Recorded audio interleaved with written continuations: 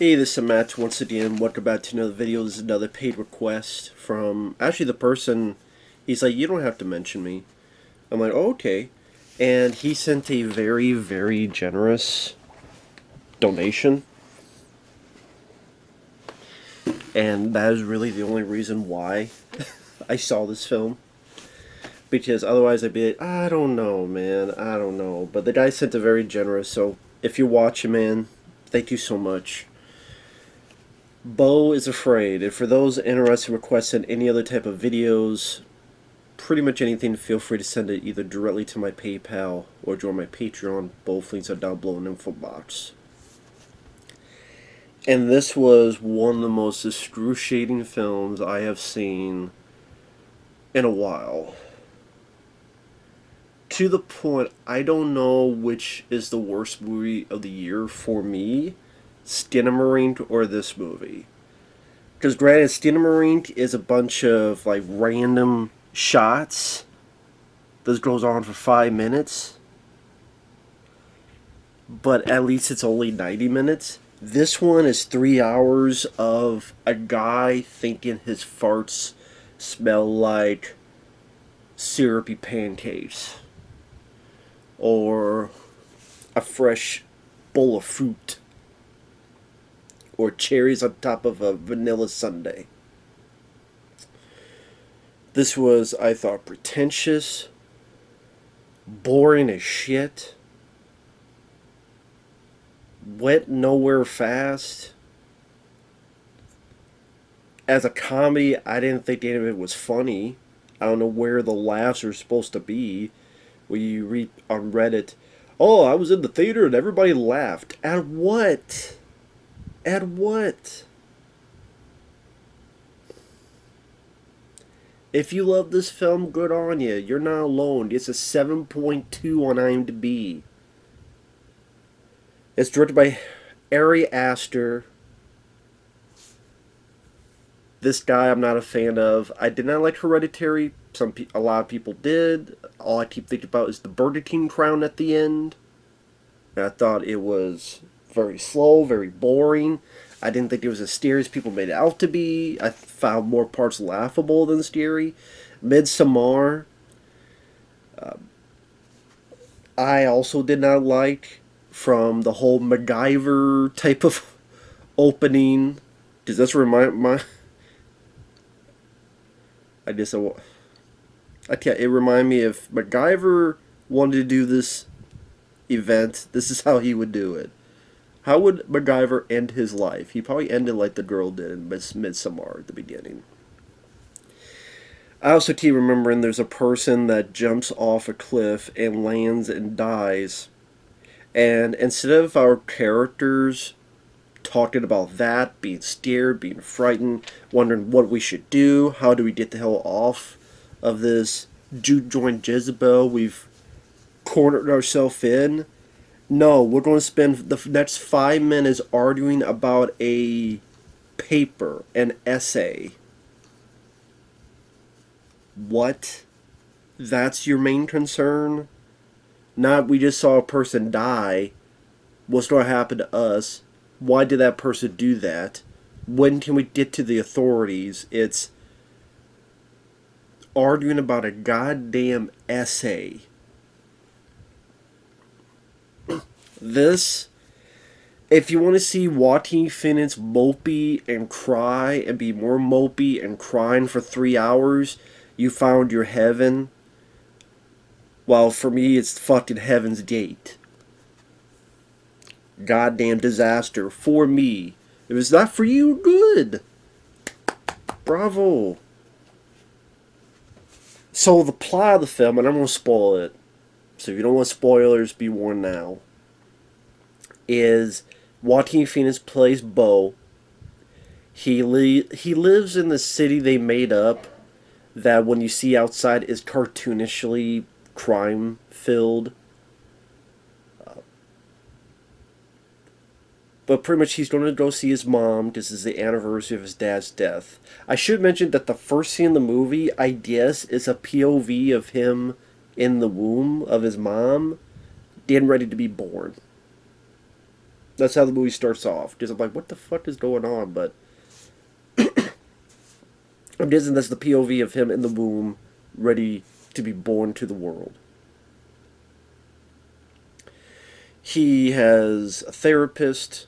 He has mommy issues, a shit ton of mommy issues.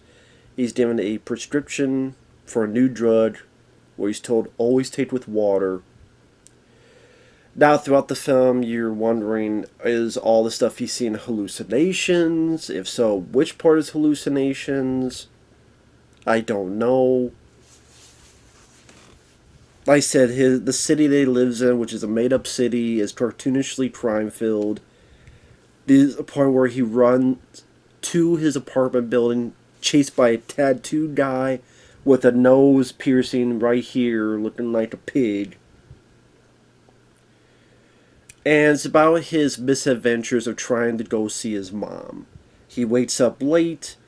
Someone keeps putting notes under his doors, telling him to shut down the music, even though he has no music going on.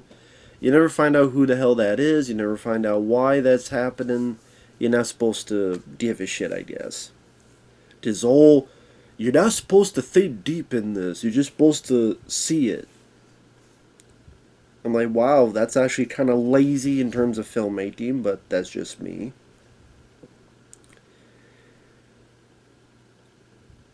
Then he stupidly leaves his tea and his suitcase outside as he goes back and wanders in to grab something. He comes out, his tea and suitcase are stolen.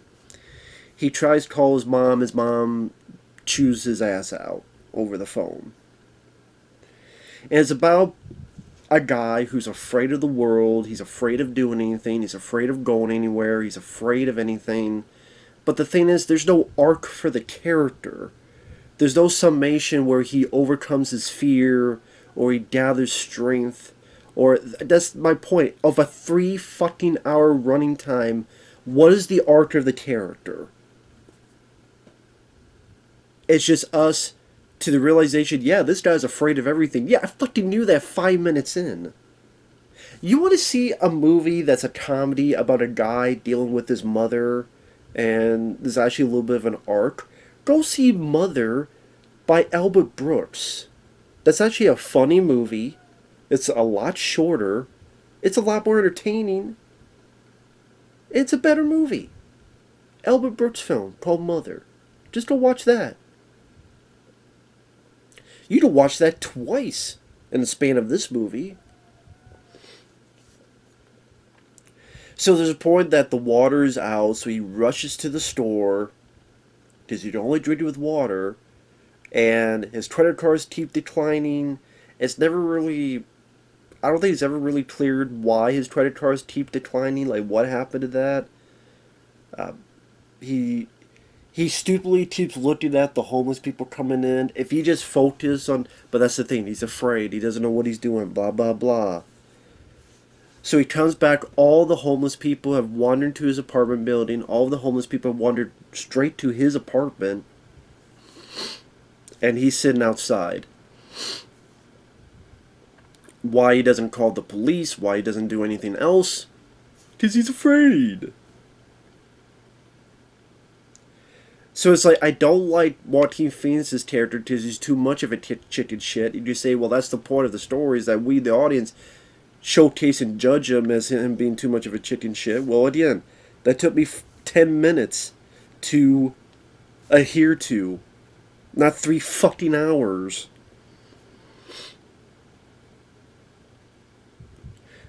Now, I will admit the director sometimes has some nice tricks like he did in the previous films. But the tricks that he does over and over again, take a drink how many times he does the whole from day to night or night to day. Or the guy's standing there, it's daytime, and then it's a wide shot, and then boom, it becomes nighttime. Or sleeping nighttime, and the same shot, it becomes daytime. He does that over and over and over again. It's like one of the only tricks he has in his book. He likes doing that a lot. And it's a cool type of transition. But when it gets used over and over again, it just becomes either redundant or less impressive the more times you do it.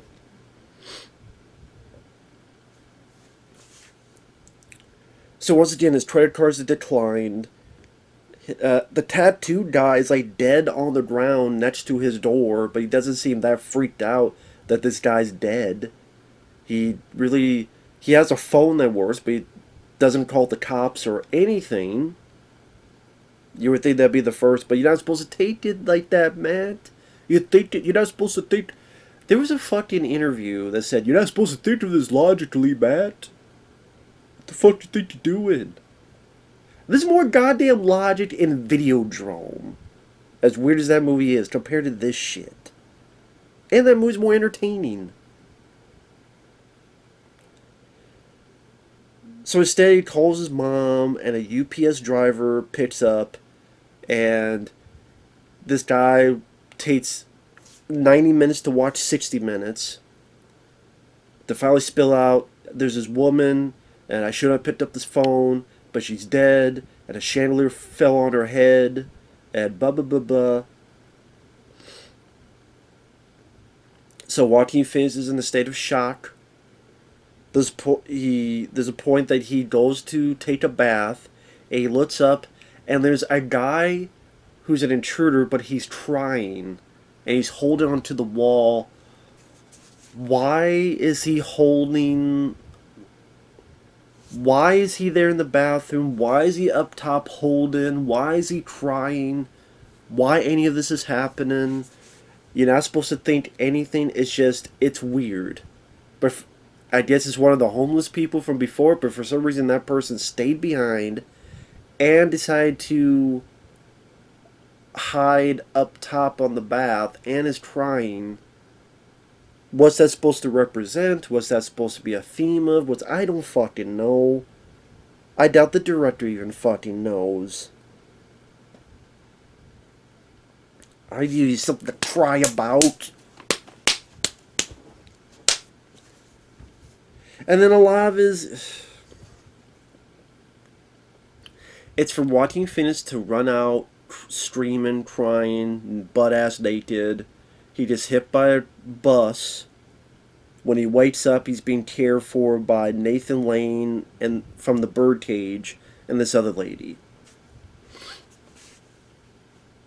And then we have this whole section of a film where he's under their care, and he keeps saying he needs to go get to his mom, but they keep saying, nah, you're too hurt. Nah, stay here, we'll do it tomorrow, we'll do it tomorrow, we'll do it tomorrow. But then you get the idea that they're acting and someone's telling them to do this.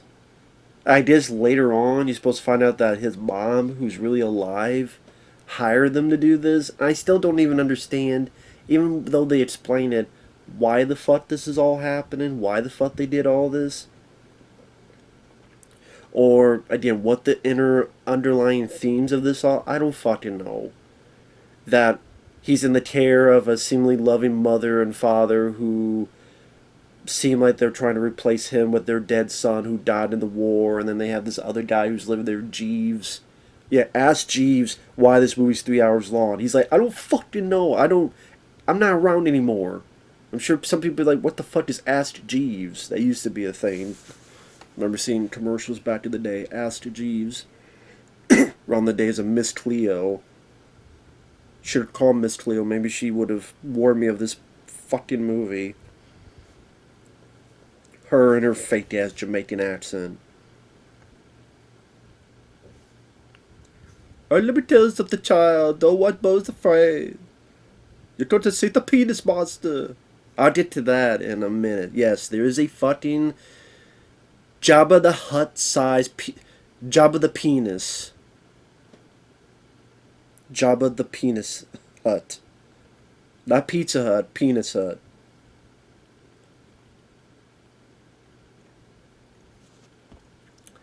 And then for some reason, for example, there's a bit where the daughter of this couple, she's being given drugs and she hates it there and she hates Beau.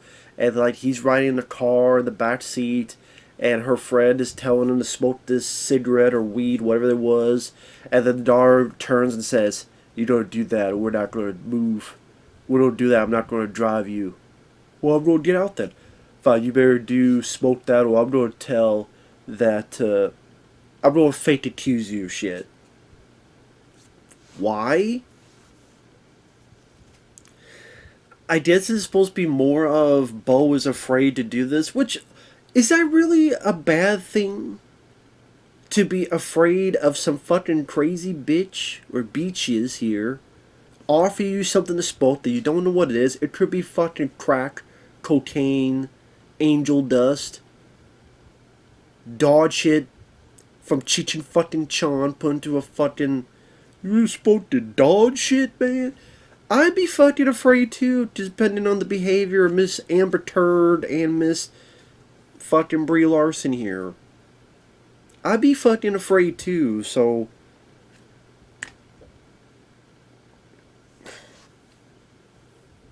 I don't fucking know, man.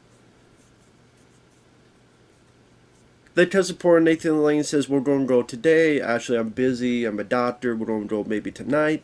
We're going to have a barbecue, so maybe we'll go later." And their daughter comes in, drags him to her room, her brother's room, who passed away long ago, and says, "First we're going to paint this wall." Then he tells him, "Drink this paint." And what? He's afraid of drinking paint and dying? Is that supposed to be a bad thing? Yeah, because you drink the paint, you die. You chicken. What was it? You chicken. I forget what the fuck he calls them. You're afraid you chicken shit. So we're going to punish the lead guy because he's afraid of drinking paint that would fucking kill you? So she drinks the paint and she dies because she's a fucking idiot. And then the mom comes in and, "Oh, what the fuck you doing?" Then he runs off and that one dead kid's buddy, Jeeves, chases after him. He goes to the fucking woods and then comes across a group of theater actors doing a play. And then for what feels like 30 fucking minutes, he imagines himself in this fucking play. Now, I would say, in all fairness, is probably the most visually dynamic part of the movie. Because as he imagines himself the star of the play that's being performed, where the play's about a guy who met a family, a guy who found a place to live, had a kid, found a lover, a wife, had 3 kids, there's a flood, he had his journey to go find these kids, finally found them, just at the end of the say, "Well, if you never had sex with someone, if you've never been with anyone, how did you have us?" Which he pauses, he snaps out of it. Because that whole bit, at least there's some visual dynamic parts of the backdrops are all done like a play, as in like cardboard painted up at different levels, forward and backward, the foreground, the background. And then sometimes there's animation put in there, like there's a dog, a wolf chasing them, but it's done like watercolor animation. I'd give you that for some visual palette that at least brought to me a bit of intrigue. But it was like, long story short, you never had sex, you never had a family, you never went with a woman, so you never had kids, so you never had a life. Homie, don't play that. What you talking about, Willis? He snaps out of it. Really, that whole you might as well just had that one fucking thing that tells the whole jive. You were too afraid to do anything. You were too afraid to live your life. So you might have pined for a wife and kids, but if you never took that footstep, it never happened. So while you can imagine all this stuff happening, you never took that footstep, and so that's why you're here with no family. And there you go. That right there could have just been the whole. You could have just had the opening, that part, and an end. There you go. Didn't need the other fucking 2.5 hours of bullshit. You really didn't.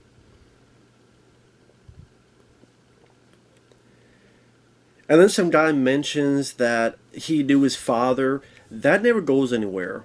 That guy that says, I knew your father, that doesn't go anywhere, that doesn't lead to anything, that doesn't attribute anything. Not a goddamn thing. What was the point of that guy come up and say, I knew your father, and like your father's still alive, and blah, blah, blah. Never comes into fruition. At least not really. So he steps out of it, and he got get the fuck out of Dodge, and gets to his mom's place. He misses the mom's funeral. He sleeps. Once again, does one of those things from night to day in one shot. Then this girl that he met long ago arrived. They finally have sex, but she dies in the middle of it.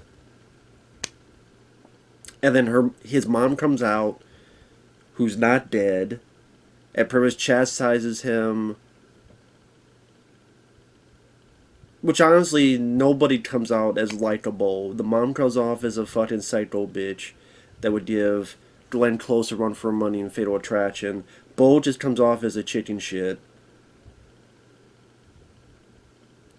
And I'm sitting there, it's almost as if maybe the movie, there's a point where he finally snaps and starts choking her out. I'm like, good. Is Wayne Brady don't have to choke a bitch? Good. If you don't get Wayne Brady to do it. But then it's like we're supposed to feel sorry for this lady? No, she's just acted like a stone cold bitch needing a stone cold stunner.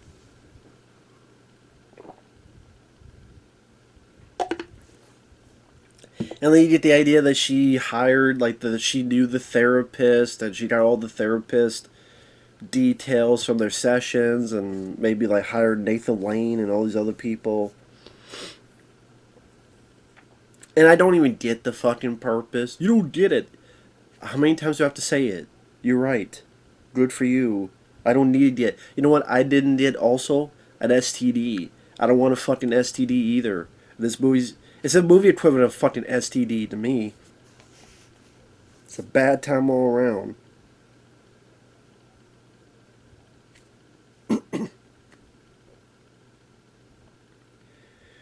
So there's a point that he goes into like the attic and he sees a twin brother and his father, who is Jabba the Penis Hutt. Imagine the size of Jabba the Hutt and his body like balls, but the beetle is a penis. Done in a really bad special effect, like Sci-Fi Channel.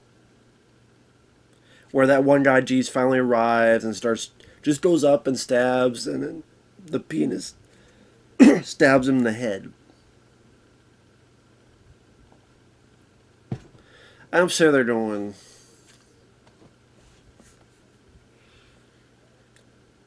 This scene alone shows how fucking stupid this movie is, and this still gets a 7.2 on IMDb. This is why, I get it, people have different opinions and different thought processes. To each their own if you like it. I'm not going to make fun of people who like and dislike stuff that's different from me. We all have different opinions. Although people, they do it to me all the fucking time, but whatever. People give shit to movies like this movie. This movie actually has a story. Actually has good characters, fun dialogue, great musical score. People made fun of the effects. These are better than the shitty looking Sci-Fi Channel Jabba the Penis Hutt monster. But people give this movie shit. But, this gets, accolades from critics and 7.2. Teach their own. You can have whatever you want. Me not liking it is not going to take the movie away from you. This was such a hard sit for 3 goddamn hours. So, of course, he gets freaked out by the fucking father penis Jabba the Hutt monster, leaves, gets on a fucking boat, goes to a cave, And then I'm sure it's supposed to be this allegory where the safest he felt was in the womb when he was born. So now he's in another cave as like a type of a womb. And then all these people around him, including his mother, who's not dead, and they're judging him. I know one of the lawyers is Richard Kind, who I remember on the TV show Spin City, and other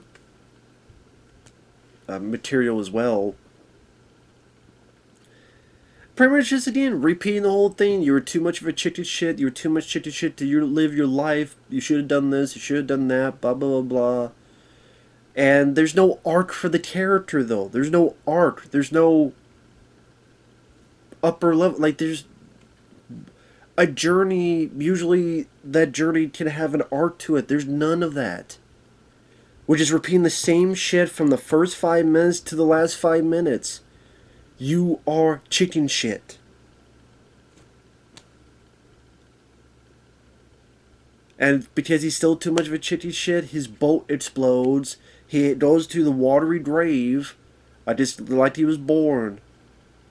Enclosed, water, wet, and dark. Like he was back in the womb.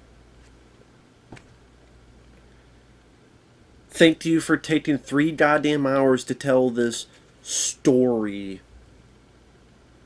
And then the movie ends with that.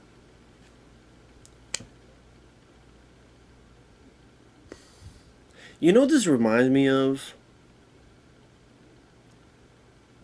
Richard Kelly did a film called Donnie Darko. And Donnie Darko is a bit confusing, but I do like the film. But then he did this other film called Southland Tales. That's what it fucking reminds me of. It's like watching fucking Southland Tales again.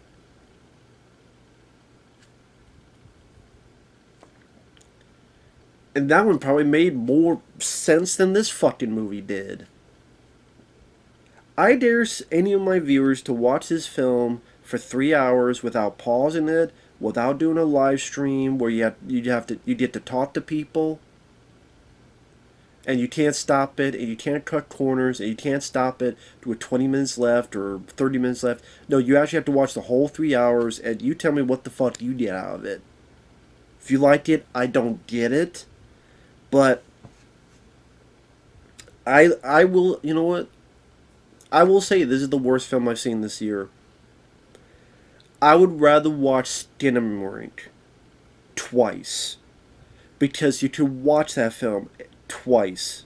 In the state of... At least Skinamarink, it's horrible dog shit. But I could just phase out and be like...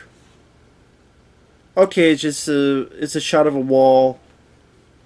You know, I could do stuff and not miss anything. While this is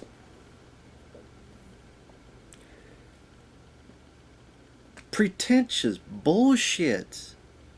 3 fucking hours.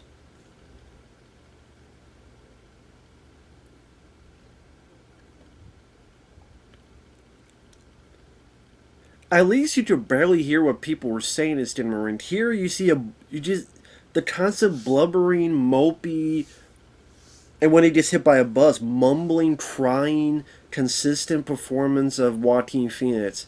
Now, Joaquin Phoenix I loved in Joker. It's not that I hate the actor. This was the most excruciating performance I've seen from the guy. In terms of just...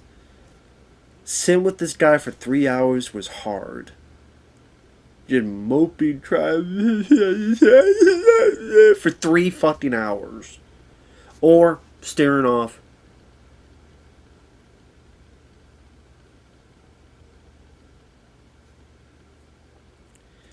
And it's one of those things where nothing makes sense, and it's not supposed to make sense, and you're not supposed to think about it. Well, excuse the fuck out of me.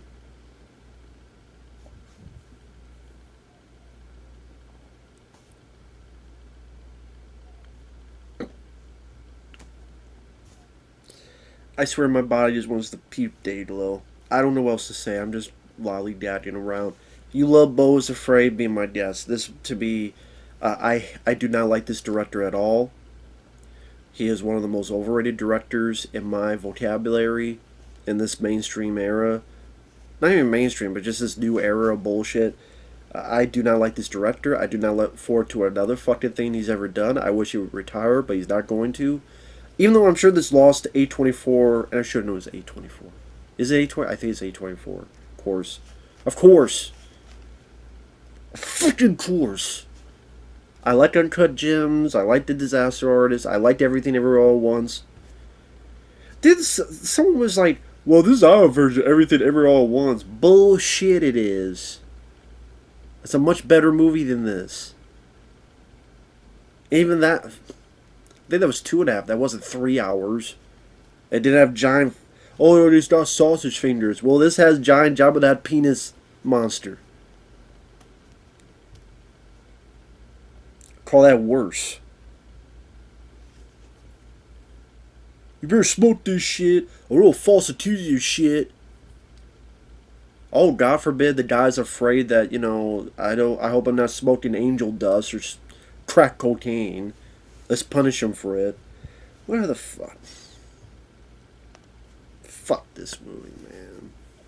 Beau better be afraid of me. Just go roll his ass till it bleeds. Go paddle his ass when I find him on that fucking boat at the end. Go roll your ass till it bleeds.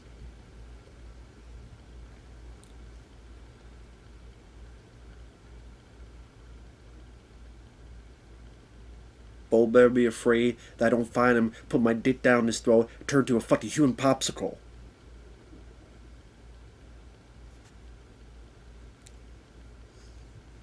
Later.